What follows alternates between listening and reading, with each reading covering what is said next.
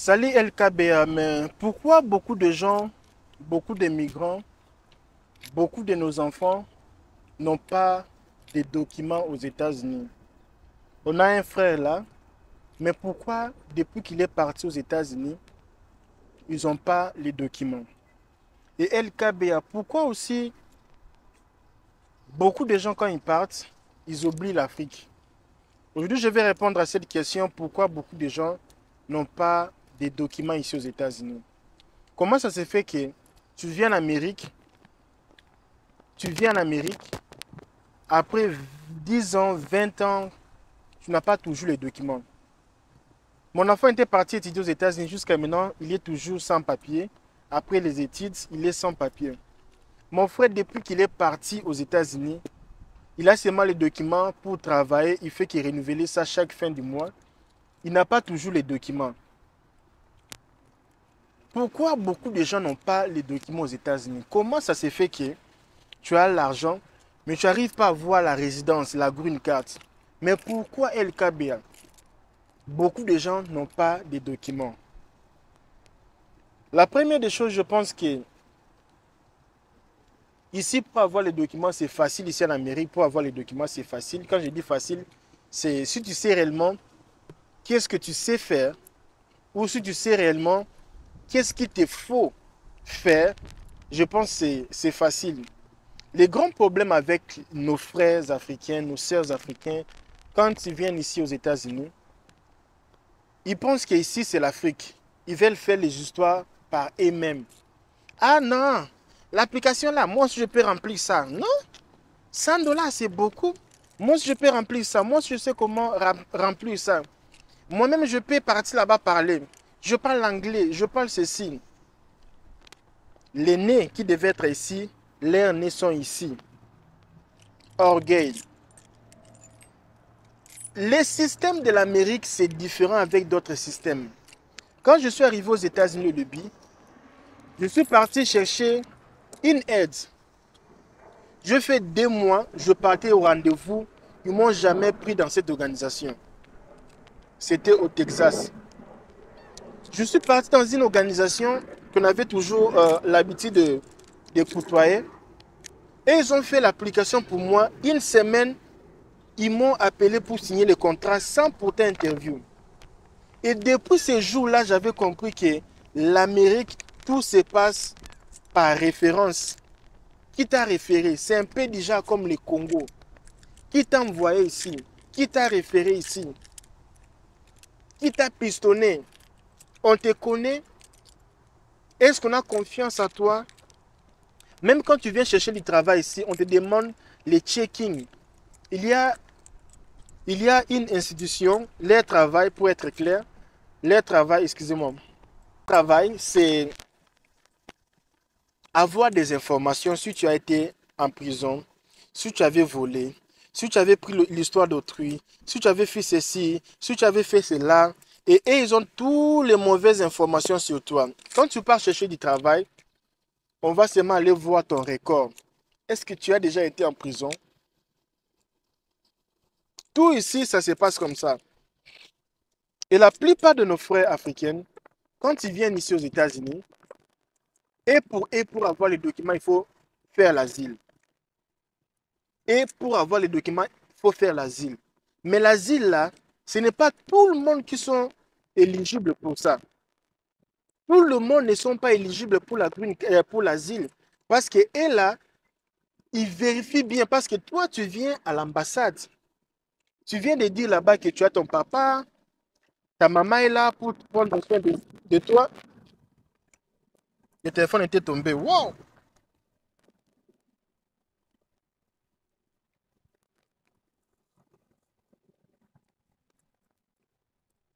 Tu as dit que tes parents étaient là pour prendre bien soin de toi et tu n'avais pas de difficultés financières, financières et tu étais bien, ta vie est bien. Tout est bien, bien, bien, bien, bien, bien. Et subitement, tu viens ici, tu pars demander l'asile.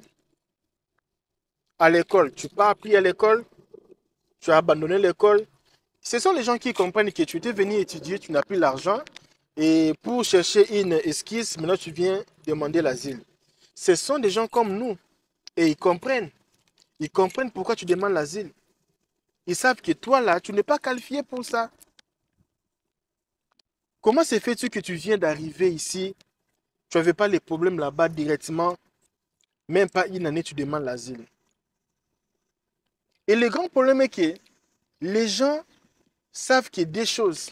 Changement de statut, asile, ce n'est pas ça. Il y a plusieurs moyens de se légaliser. Le mal avec nos sœurs, le mal avec nos frères africains, ils ne partent pas voir les avocats. Ah non, je suis parti voir l'avocat, c'est cher. Et l'avocat là, tout ça là, c'est trop de problèmes. Ici, les avocats, quand tu pars voir un avocat ici, tu payes 100 dollars, tu vas causer avec l'avocat. 150 dollars, 150 dollars, tu vas causer avec l'avocat plus ou moins dans le 20 quelques minutes comme ça là. Et c'est fini, c'est fini. La procédure ici, ça coûte dans le 10 000 dollars, 15 000 dollars, 5 000 dollars, 7 000 dollars. Et les gens n'ont pas le temps d'aller chez les avocats. Ah, j'ai mon frère qui va faire pour moi. Ah, j'ai celui qui va faire pour moi. Et les gens que tu dis qu'ils vont faire pour toi, ils ne sont pas des spécialistes comme nous. Ils ne savent rien de l'immigration. Ils ne savent rien. L'application, oui, tout le monde peut remplir, mais il y a des stratégies. Est-ce que tu es éligible pour ça? Il y avait un gars là, il est venu dernièrement me dire, LKB, je viens d'arriver avec visa d'études. Je dois me marier avec un Américain pour avoir les documents. J'ai dit, mon frère, il ne faut pas faire ça. Parce que là, se marier avec une Américaine, avoir les papiers, ce n'est pas facile maintenant là. C'est devenu difficile parce que même moi, quand je suis parti donner le papier chez ma femme, qu'on est parti à l'immigration là-bas, l'interview, on demandait des petites questions, des petites questions de jeu d'attrape pour voir seulement est-ce que votre couple là, c'est vrai même. Si tu veux faire le faux couple pour aller avoir les documents, moi, je ne peux pas te conseiller ça parce que, à part d'abord ça, tu n'auras pas la paix. Parce que les femmes d'ici sont très impolies. Surtout quand la femme sait que tu t'es marié avec elle juste pour avoir les documents. Ce n'est pas facile, et surtout les hommes. Les femmes, même, parfois, ça va. Les hommes, ils demandent même plus. J'ai une dame là, elle était partie chercher les documents chez un noir américain. Ils ont fait tout. Ils se sont même mariés. OK? Alors, quelques semaines après, avant même le début de la procédure, les noirs là demandaient à la fille là, africaine, de lui donner l'enfant. Vous comprenez, non? Et c'était même pas seulement l'enfant, l'acte, mais c'était les vrais bébés même. Oh non, moi je n'ai pas un enfant avec ici, je n'ai pas confiance aux filles d'ici. Moi je suis américain, mais je n'ai pas confiance aux filles d'ici. Et comme toi tu es africaine, tu es belle, tout ça, moi je veux un bébé, je veux un bébé. La fille dit, mais c'était pas ce qu'on s'était convenu. C'était pas ce qu'on s'était convenu. Les gars s'est fâché. Si tu me donnes pas les bébés, je pars acquitter. Et les gars est parti acquitter même, c'était grave. Et il y a beaucoup de cas pareils. Et ça là, tu fais la prison. Hein. Ça là, tu fais la prison. Si tu es un homme, une femme même, parfois on peut comprendre un peu si tu es un bébé, mais tu peux faire toujours la prison. Ça là, il n'y a pas des excuses. Tu peux faire la prison.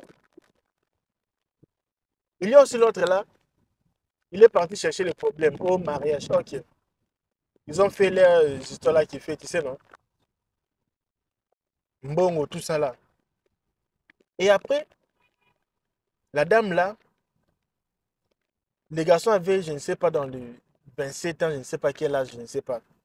La dame avait dans les 40 ans. Après le mariage, à chaque fois, la dame avait besoin d'aller à la rivière. Donc les gars étaient obligés de lui accompagner à la rivière. C'est quelle abomination, quelle malédiction. Quelle abomination! Et c'était obligé, juste pour le papier. Tu ne peux pas dire non. Tu ne peux pas dire que tu es fatigué. Chantage à tout moment. Toi qui veux faire ces histoires-là, il faut d'abord venir prendre des conseils. Il y a des conséquences.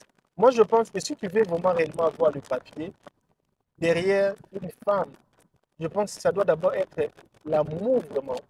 L'amour avec, l'amour sans papier, l'amour sans intérêt. Et ça doit être un accident, ça s'est fait que la dame, elle est américaine, et puis toi, si tu te retrouves sans document, et puis vous pouvez faire le mariage, et puis l'histoire peut. Mais comme ça, là, tu pars te marier pour les papiers. Il y a les gens qui se débrouillent, hein. Oui, tu peux te débrouiller un peu, mais il y a beaucoup de conséquences. Et ce n'est pas bon pour faire ça. Je pense qu'il y a beaucoup de moyens. Moi, quand je suis venu ici, on m'a déjà proposé ces histoires-là. Tu sais, non, au début, non. J'ai refusé. J'ai mes papiers seuls. J'ai eu mes papiers seuls. Seul, seul, seul. Pas derrière quelqu'un. Pas derrière quelqu'un. Et je respire bien, je bois, je mange bien, je dors bien. Je suis tranquille. Personne ne peut venir m'embrouiller ici. Et ma femme, nous venons ensemble. Nous sommes arrivés ensemble. Ce n'est pas question elle était venue dans ma vie pour chercher les papiers. Non. Ça s'est fait que moi, j'ai eu les papiers avant elle. Et elle a eu les papiers derrière moi.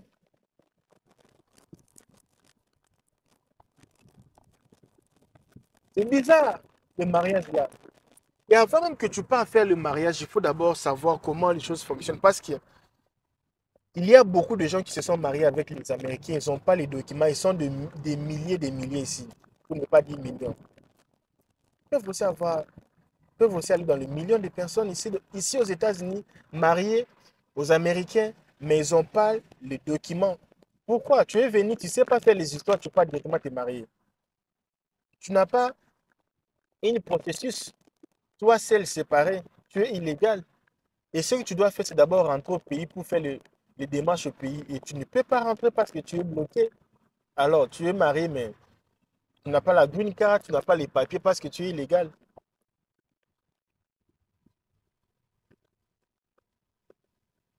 Cherche quelqu'un qui va te consulter. Cherche un coach, un expert, quelqu'un qui va ouvrir tous les 20 portes, t'expliquer chaque porte.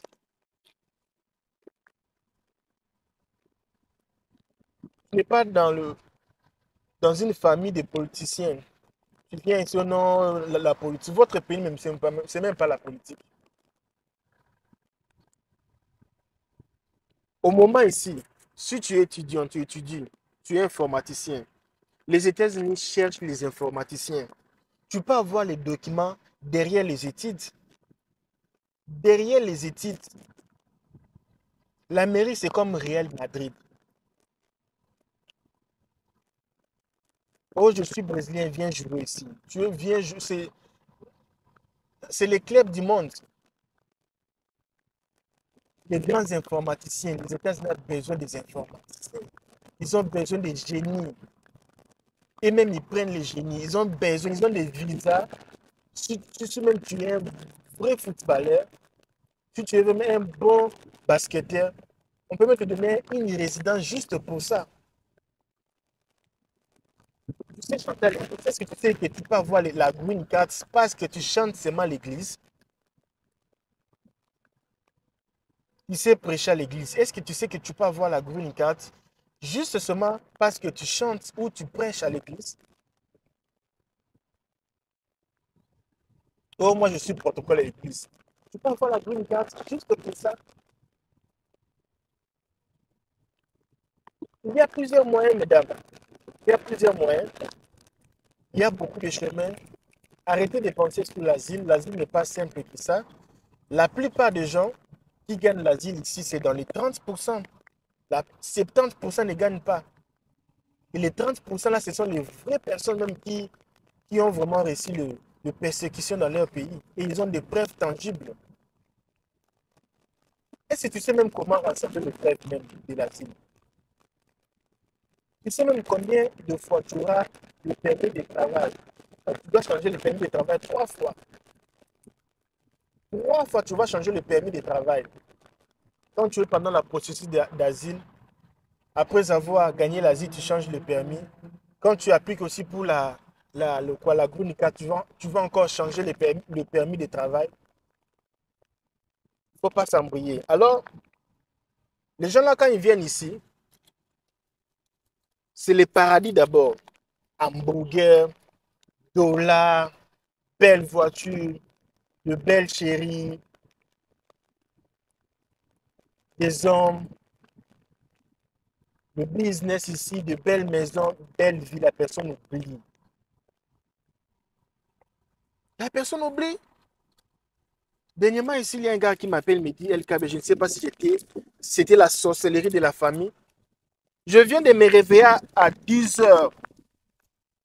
Je me réveille lundi à 10 heures, je me réveille. Or que je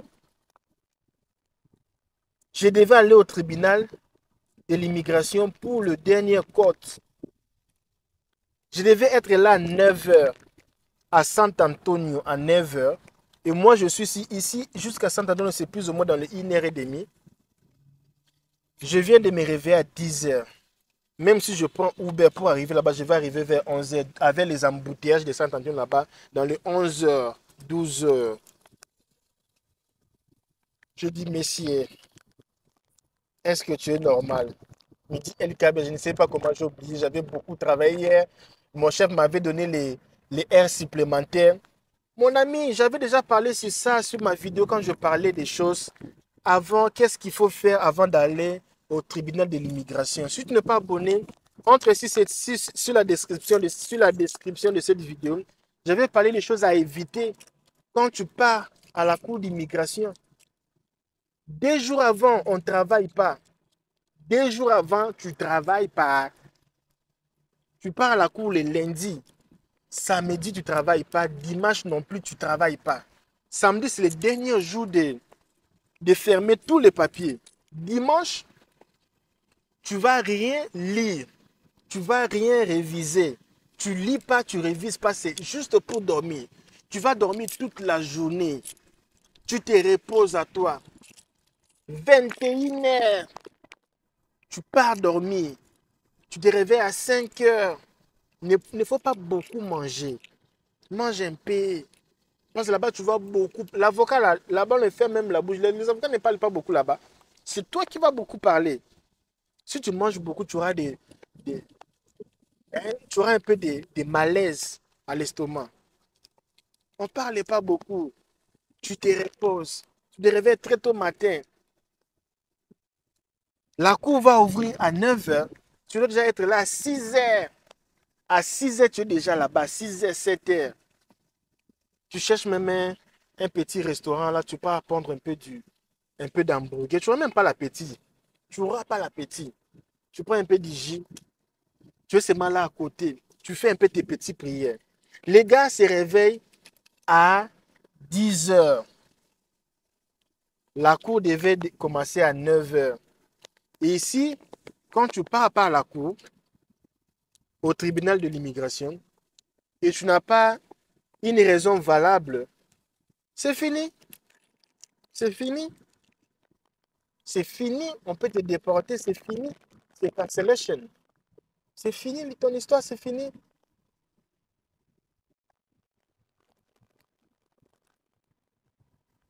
Il y a aussi l'autre aspect, c'est influence, parce qu'ici, il y a des gens qui sont vraiment influencés par les gens. Tu arrives ici, tu n'as pas les papiers, mais tu commences à chercher beaucoup d'affaires, acheter de belles voitures, faire ceci. Les gens ne sont pas focus. Les gens ne sont pas focus. Les gens sont embrouillés, beaucoup de distractions. Autre chose aussi, c'est les gens qui sont ici, qui n'ont pas les documents, ils ne vont jamais aimer te voir être résident ici. Ils vont, ils vont te conseiller des mauvais conseils même juste pour qu'il y ait beaucoup de canaux. Des mauvais conseils. c'est parce que et leur démarche là, c'est déjà cadavéré. Et toi, tu viens là, trop de jaloux. Quand tu viens ici, les histoires de l'immigration, ferme ta bouche. Tu pars au rendez-vous avec l'avocat, ferme la bouche. Tu pars voir quelqu'un qui va t'aider avec le préf, ferme ta bouche. Tu viens d'avoir un contrat avec un coach qui va t'aider à se légaliser ici, ferme ta bouche. Tu pars au tribunal, ferme ta bouche.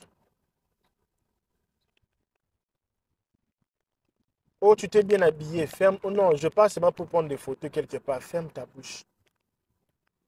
Sois concentré. Et pour finir, je pense que si tu es venu ici comme étudiant ou étudiante, ou tu viens d'arriver ici avec visa visiteur, je pense que les avocats sont mieux placés pour t'aider à avoir les papiers. Sauf que les avocats actuellement, ils ont beaucoup de cas. Ils ont beaucoup de cas.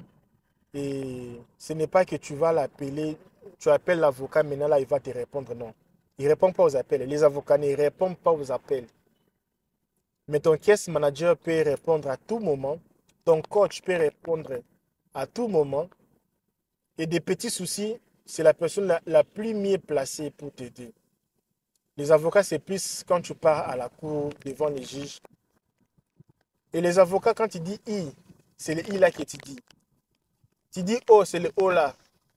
Et tu pars là-bas, c'est ton problème. Mais avec un coach, il va te dire, tu dis I, le I là, tu ne vas pas réussir. Alors, si c'est comme ça, hein, il ne faut même pas demander l'asile là. Fais le changement de statut.